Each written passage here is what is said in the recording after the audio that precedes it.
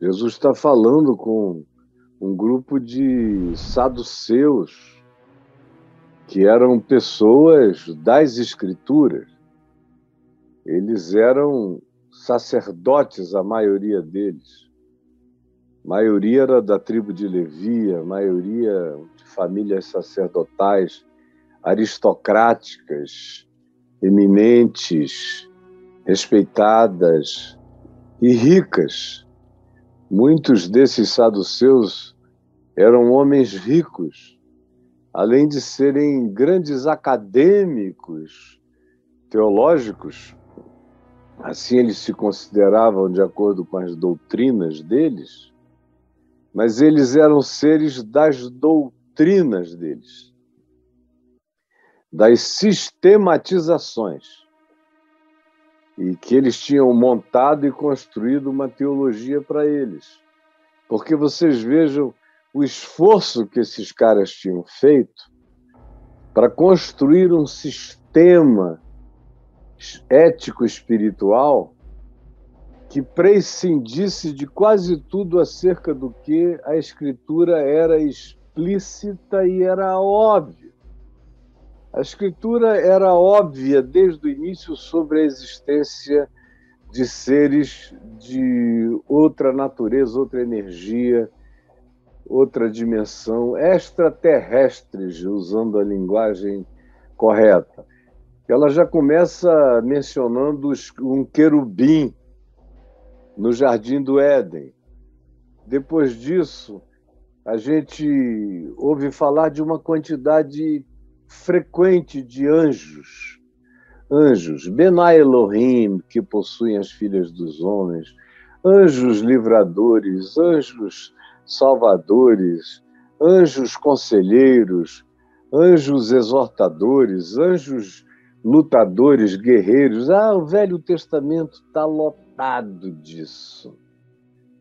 Você praticamente não tem histórias, com exceção de 2, 3 lugares, você não tem histórias sem menção de anjos, de espíritos, de seres de uma outra dimensão, de intervenções celestiais, poderosas. Também, no Velho Testamento, conquanto você não ouça falar tanto em ressurreição, mas existe o bastante sobre ressurreição. Jó fala explicitamente, existem salmos que anunciam essa esperança de uma vida para além da morte, profetas anunciam essa expectativa de uma existência que se prolongue para além do imediato. Essas coisas, como também a expectativa de ressurreição, ressurreição para a vida e ressurreição para o juízo, estão presentes nas escrituras do Velho Testamento. Então, para nem falar no que Jesus dizia, porque não existia Novo Testamento até algumas décadas depois de Jesus ir aos céus, eles contavam, quando fala de escritura, do Velho Testamento, assim chamado, ou da antiga aliança dos judeus, da Bíblia dos judeus. Então, o que Jesus está dizendo, vocês não conhecem nem a Bíblia de vocês. Vocês são completamente ignorantes, não conhecem. Não conhecem. Vocês frequentam o templo, vocês são sacerdotes, vocês aprenderam os ritos, vocês sabem matar um animal conforme o rito de Moisés, sabem como derramar o sangue, sabem como fazer os sacrifícios, sabem quais são os hinos, os salmos que se deve cantar em cada tipo de oferenda, sabem tudo sobre a mecânica litúrgica, mas vocês não creem em nada. Vocês não creem em espíritos, vocês não creem em anjos, vocês não creem em ressurreição, vocês não creem em transcendência, vocês vivem só de culto, de liturgia, é a isso que vocês dão importância. É como se Deus se agradasse do espetáculo litúrgico que vocês propusessem. E vocês também não creem em vida eterna, de modo que a existência de vocês vai da morte à sepultura. E a vida de vocês com Deus não transcende a nada que não seja a doença desse ciclo vicioso em torno dos altares idolátricos do culto de vocês, sem espírito, sem verdade, sem transcendência, sem vida eterna, sem alegria, sem exultação da esperança, sem gozo sublime, sem olhar do invisível. Vocês erram. E erram contra vocês. É uma coisa horrorosa quando você tem acesso à Escritura, e ela é útil para o ensino, para a exortação, para a admoestação na justiça, para a correção, para nos indicar o caminho.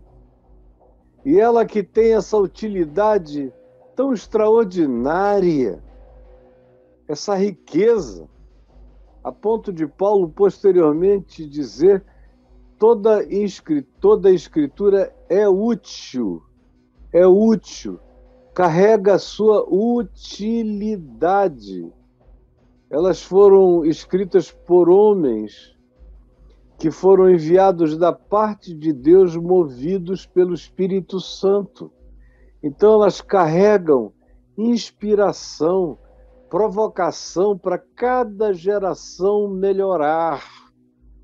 E também está cheia de princípios que não ficaram obsoletos com a obsolescência de uma quantidade imensa de coisas que depois de Jesus mergulharam em não validade, em obsolescência, em caducidade, mas há uma quantidade absurda de princípios inspirados que continuam na vigência porque são coerentes com o que Jesus ensinou, carregam o mesmo espírito do que Jesus ensinou. Então Jesus não titubeia quando olha para esses acadêmicos, instruídos, cultos, letrados, e que tinham criado a sua própria Bíblia sistematizada, conforme hoje em dia se faz nas denominações, de acordo com a doutrina das suas predileções. Então Jesus lhes diz: errais. Como ele está dizendo hoje aqui para uma quantidade enorme de gente que anda agarrado com Bíblia para lá e para cá, mas que não conhece nada. Eles citam assim, conforme passa pela cabeça, juntam alhos com bugalhos, tomada com focinho de porco, parece, mas não é, e aí vão dizendo que é. E como aqueles que os ouvem são mais alienados do que se possa conceber, tudo vira Escritura, tudo se transforma em inspirado por Deus, e as pessoas nem se dão conta da quantidade enorme de loucuras, de insanidades, de doenças mentais, de lavagens cerebrais, de transtornos que elas introjetam e que lhes farão um mal e adoecerão suas próprias almas, mentes, emoções, sentimentos, compreensões, cognitividade, porque o modelo, o modal, o padrão interpretativo foi todo deturpado. E nem é só deturpado, na maioria das vezes não carrega nenhum sentido, nenhuma conexão.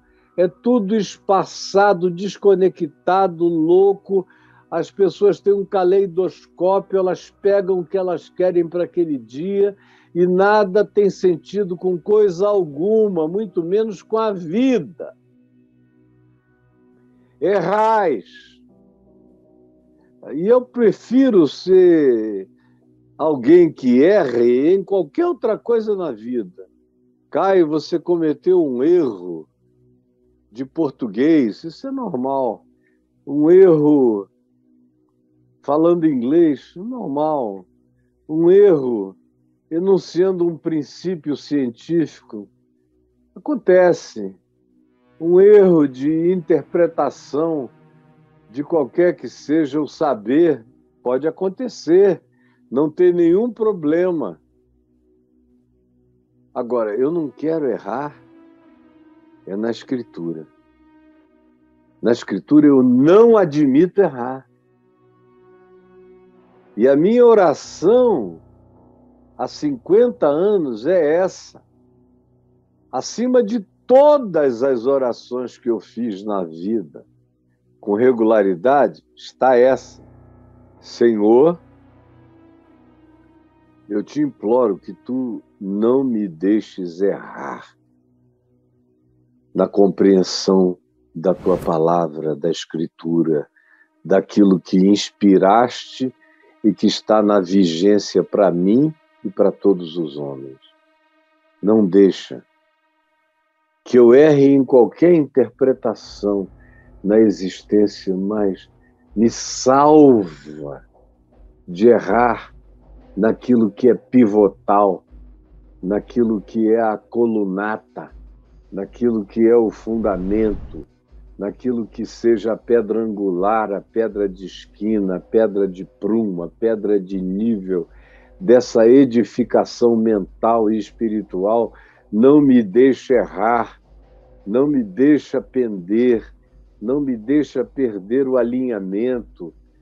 Me salva disso. A minha oração, como eu já disse milhares de vezes aqui, desde o início, era por discernimento, sabedoria e conhecimento. Discernimento, sabedoria e conhecimento. Senhor, se me faltar tudo, que não me falte conhecimento espiritual da Escritura, sabedoria na interpretação dela, que não me falte luz, compreensão para aplicá-la na vida, no mundo, a começar da minha própria vida. Salva-me desse erro, porque é o erro dos erros. É quando você, tendo acesso, diz, não, outros entenderão por mim, outros compreenderão por mim. Eu não preciso, eu mesmo, buscar entender. Como Jesus não só insinua, mas afirma, errais, e de onde vem esse erro? Não conhecendo. Se eles pudessem ficar sem conhecer, se eles fossem pessoas que não tivessem acesso nenhum, se eles fossem indivíduos sem dotação intelectual, cultural, mental, para compreender, Jesus nunca teria dito errais. Ele não disse isso para os publicanos, aos pecadores, às meretrizes, a ninguém. Jesus não usou essa expressão com ninguém que genuinamente não sabia, que genuinamente não tinha tido acesso a nenhum desses conhecimentos. Ele não disse jamais errais, colocando esse imperativo com denúncia. Errais, escolha, porque no caso deles era escolha. Eles tinham adotado a sistematização da denominação deles, eles tinham adotado as institutas saduceias, as institutas dos saduceus, Eles não eram da palavra, das escrituras, eles eram da doutrina, do dogma, produzido pela casta sacerdotal, pelo grupo de doutrinação. Era a cartilha desse grupo que eles liam. Eles não eram gente aberta para se deixar espancar pela verdade da Escritura. Eles só absorviam os ensinos redondinhos das doutrinas que lhes eram passadas, e eles as engoliam como se fosse alimento divino. E Jesus diz: errais. Porque quem tem a capacidade de vocês, quem sabe ler, escrever, quem tem acesso à possibilidade de ter compreensão direta, de chegar, de meditar, de pedir luz, compreensão, entendimento para entender e entenderá, mas, ao contrário disso, se acomoda, se fecha e se torna só repetidor ortodoxo das doutrinas que aprendeu e nas quais se gloria, enquanto Jesus diz: que idiotice! Que idiotice! Errais, não conhecendo as Escrituras.